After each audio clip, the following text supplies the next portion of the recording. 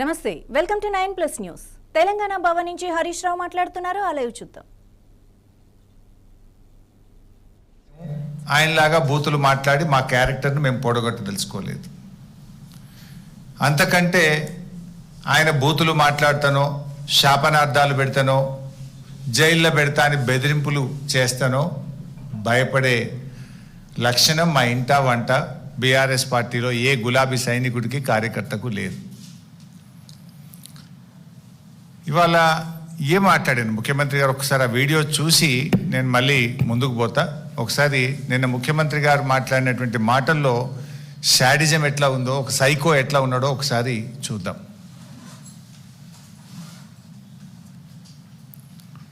దాంట్లో దిగమను, దూకమను, రాయి కట్టుకొని దూకమను, శని పోతుంది.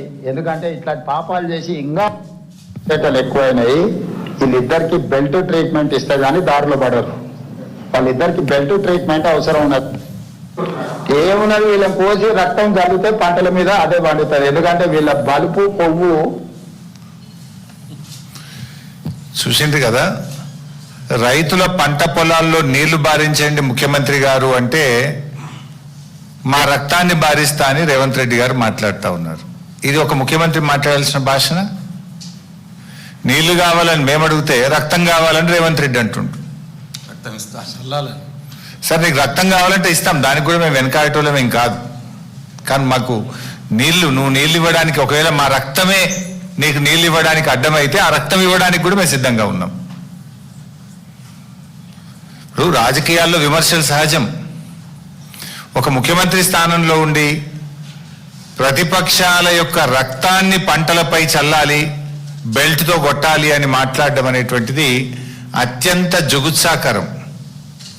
ఆయన రక్త పిపాసి మనస్తత్వానికి ఇది నిదర్శనం.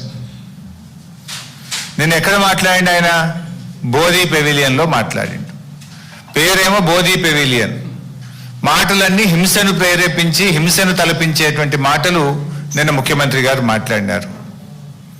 ఆ మధ్య చెప్పినాడు ఆయన హిట్లర్ తనకు ఆదర్శం అంటే. రేవంత్ రెడ్డి అందుకే హిట్లర్ తరహాలో ఒక హంతక భాష మాట్లాడుతూ ఉన్నాడు. కానీ ఒకటి మాత్రం నిజం, ఫైనల్గా పాపం పండినాడు హిట్లర్కు ఏ గతి పట్టిందో రేవంత్ రెడ్డి నీకు కూడా అదే గతి పడుతుంది. ఇదంతా ఆయన ప్రయత్నం ఏంది? భాష దేనికి మాట్లాడుతున్నాడు? ఎవడు మాట్లాడతాడు? ఫ్రస్ట్రేషన్లో ఉన్నటువంటి వాడు, విషయం లేనటువంటి వాడు, సమాధానం చెప్పలేనటువంటి వాడు. సమాధానం ఉంటే, విషయం ఉంటే, పరిజ్ఞానం ఉంటే, సత్తా ఉంటే విషయం మీద మాట్లాడతాడు. ఫ్రస్ట్రేషన్ కనబడతా ఉంది నీ లోపల. నువ్వు జారుడు బండ మీద జారిపోతా ఉన్నావు, నీకు ఓటమి తప్పదు అనేటువంటి ఒక ఫ్రస్ట్రేషన్లో ఊగిపోతా ఉన్నావు, బూతు భాష మాట్లాడుతూ ఉన్నావు. నిజంగా నీకు విషయం ఉంటే విషయంతో ఒప్పిస్తావు, మెప్పిస్తావు.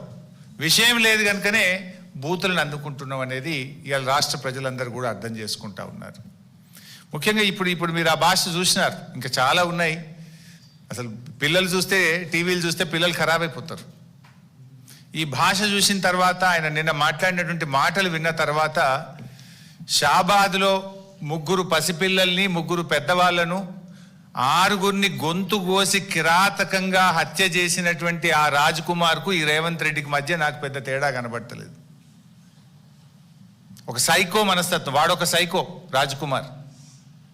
నిజంగా ఎంత సైకో అయితే నాకు దక్కని వాళ్ళు ఎవరికి దక్కద్దు అని చెప్పి ఆ 6గురిని ఎంత దారుణాతి దారుణంగా కోడిని మెడకాయ కోసినట్టు కోసి చంపినాడు. పాపం ఒక ఉన్మాదిగా వ్యవహరించినాడు.